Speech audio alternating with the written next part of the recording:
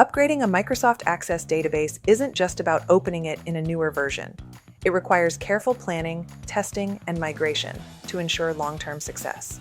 At Winning Solutions, Inc., we follow a proven, systematic process to upgrade your Access database safely and efficiently, without losing functionality or data.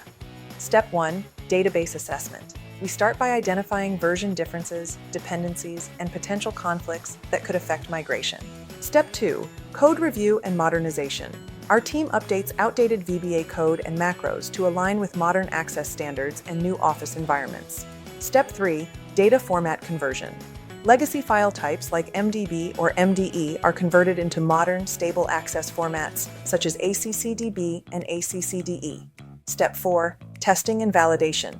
You perform thorough testing to ensure every query, report, and form works exactly as intended in the new environment. Step 5. Deployment and support. Finally, we deploy the upgraded database with minimal downtime and offer optional ongoing maintenance.